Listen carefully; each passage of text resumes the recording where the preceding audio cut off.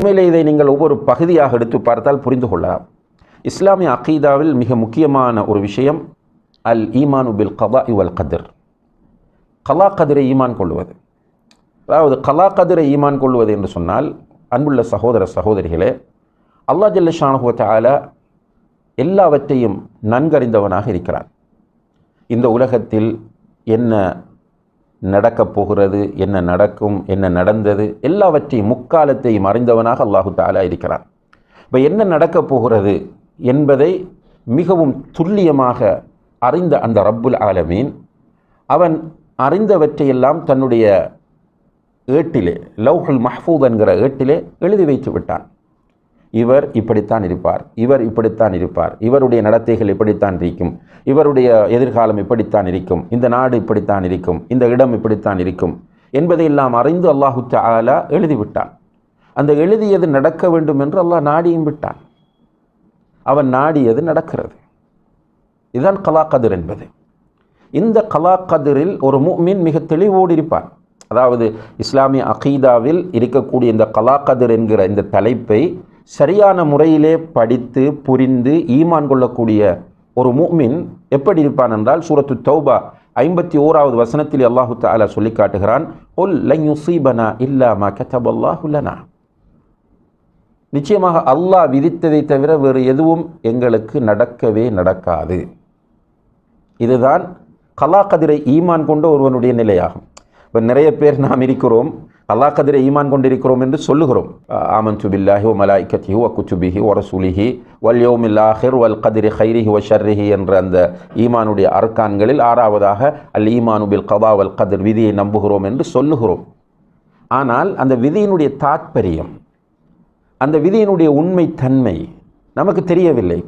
அதனால் நமக்கு ஒரு சோதனை வருகிற போது நாம் துவண்டு விடுகிறோம், மனச்சோர்வுக்குள்ளாகிறோம், விரக்திக்குள்ளாகிறோம்.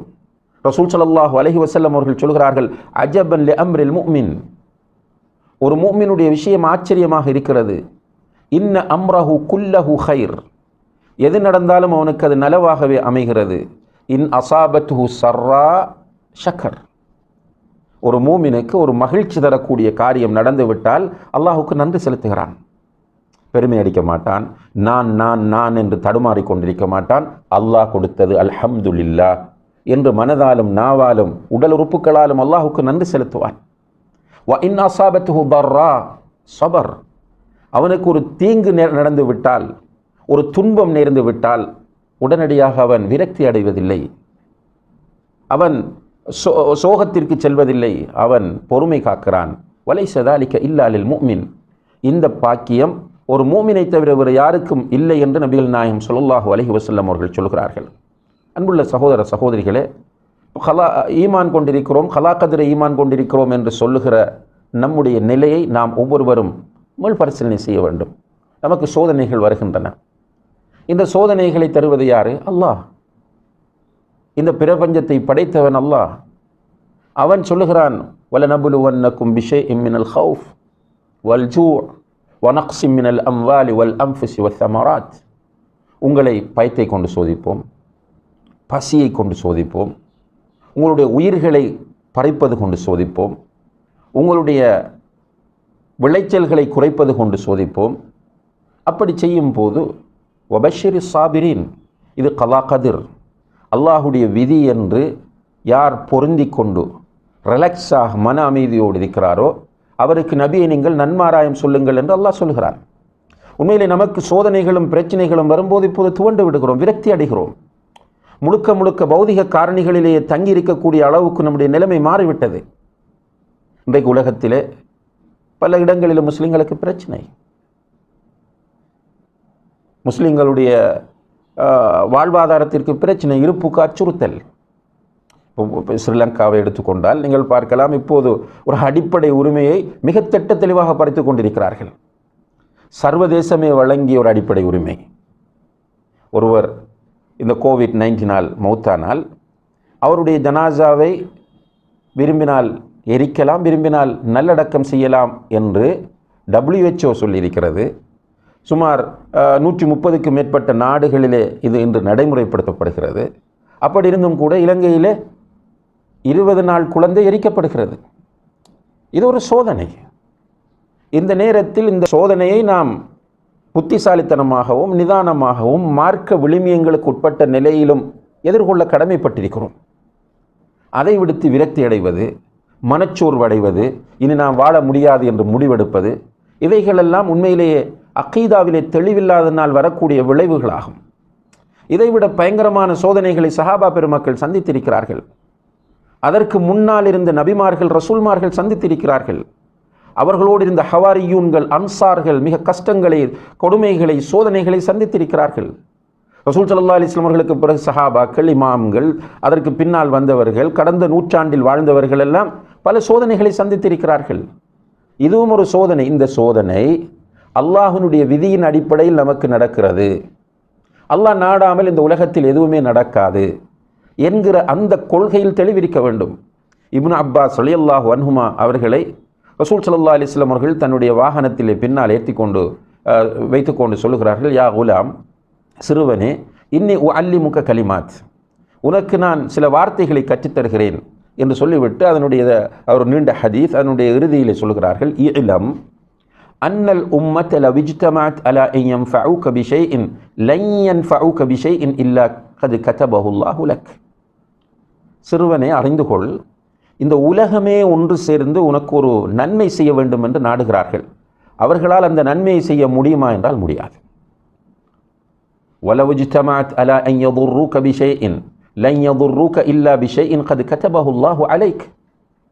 இந்த உலகமே ஒன்று சேர்ந்து உனக்கு ஒரு தீங்கு விளைவிக்க வேண்டும் என்று நாடினாலும் அது நடக்க வேண்டும் என்று அல்லாஹ் எழுதியிருந்தாலே தவிர யாராலும் முடியாது என்று ரசூல் ஸல்லல்லாஹு அலைஹி வஸல்லம் அவர்கள் அந்த குலாமுக்கு, அந்த சிறுவனுக்கு கற்றுக் கொடுக்கிறார்கள். அன்புள்ள சகோதர சகோதரிகளே, இது ஒரு சஹீஹான ஹதீஸ், ஒரு ஃபேமஸான ஹதீஸ். எத்தனை பேர் கலா கதிரை ஈமான் கொண்டோம் என்று சொல்லக்கூடியவர்கள் இவ்வாறு சோதனைகள் சமூக ரீதியிலும் அல்லது குடும்ப ரீதியிலும் அல்லது தனிப்பட்ட ரீதியிலும் வருகிற போது இந்த ஹதீஸை முன்னிலைப்படுத்தி நாம் முடிவெடுக்கிறோம். வெறுமனே இமோஷனலாகிறோம், உணர்ச்சி வசப்படுகிறோம், மனப்பிறழ்வுக்கு உள்ளாகிறோம், விரக்தி அடைகிறோம். லா ஹவுல வலா குவத்த இல்லா பில்லா, இந்த வார்த்தையே லா ஹவுல வலா குவத்த இல்லா பில்லா என்கிற இந்த வார்த்தை இமாம் இப்னுல் கய்யிம் ரஹிமஹுல்லாஹ் அவர்கள் சொல்கிறார்கள், யார் ஒருவர் இந்த வார்த்தையை அதிகமாக சொல்கிறாரோ அவர் இந்த உலகத்தில் ரிலாக்ஸாக வாழ்வார் என்று சொல்கிறார்கள். அல்லாஹு அக்பர். லா ஹவுல வலா குவத்த இல்லா பில்லா, எந்த சேஞ்சும் இந்த உலகத்தில் நடக்காது, எந்த சக்தியும் இந்த உலகத்தில் யாருக்கும் கிடையாது அல்லாஹ்வை கொண்டே அன்றி. இதுதான் லா ஹவுல வலா குவத்த இல்லா பில்லா என்பதனுடைய பரந்த அர்த்தமாகும். இந்த அகீதாவிலே கலா கதிர் பற்றிய தெளிவு நம்மிடத்தில் இருந்தால் அல்ஹம்துலில்லாஹ், என்ன நடந்தாலும் நம்முடைய நிலை ஸ்டேபிளாக இருக்கும், பேலன்ஸ்டாக இருக்கும், தடுமாற மாட்டோம், விரக்தி அடைய மாட்டோம், மனப்பிறழ்வுக்கும் மனச்சிதைவுக்கும் உள்ளாக மாட்டோம், விரக்தி நிலைக்கு செல்ல மாட்டோம், நம்பிக்கையோடு பயணிப்போம். கடைசி வரைக்கும் இஸ்லாம் என்ன சொல்லித் தருகிறது அதை நம்முடைய வாழ்க்கையில் எடுத்துக்கொண்டு போய்கொண்டே இருப்போம். நாம் ஓரிடத்தில் சோர்வடைந்து மனச்சோர்வுக்கு உள்ளாகி உட்கார்ந்து விட மாட்டோம் என்பதை நாம் புரிந்து கொள்ள வேண்டும்.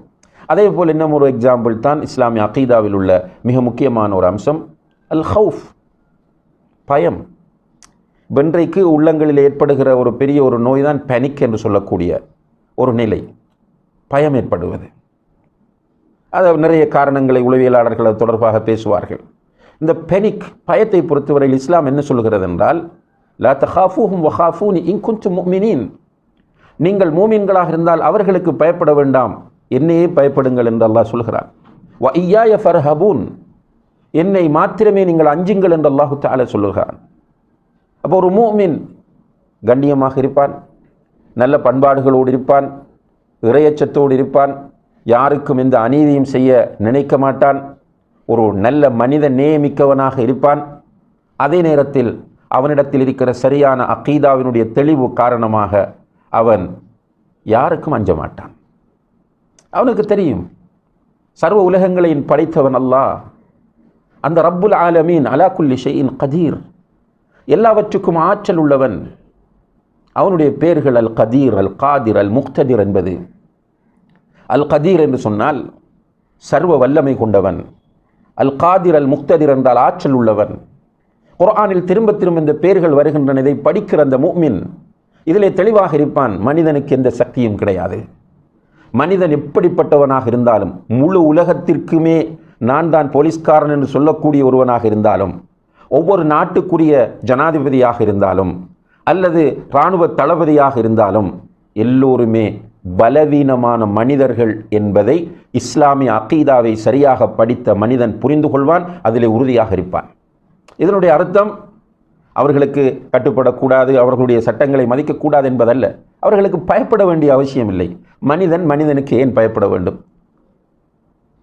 அவனும் என்னை போன்ற மனிதன், என்னை போன்று ஒரு தாய் தந்தையிலிருந்து பிறந்தவன், அவனும் என்னை போன்று உண்பவன் குடிப்பவன், அவன் என்னை போன்று மலசலம் கழிப்பவன், என்னை போன்று நோய்களுக்கு உள்ளாகக்கூடியவன், என்னை போன்றுதான் அவனுக்கு மரணம் இருக்கிறது.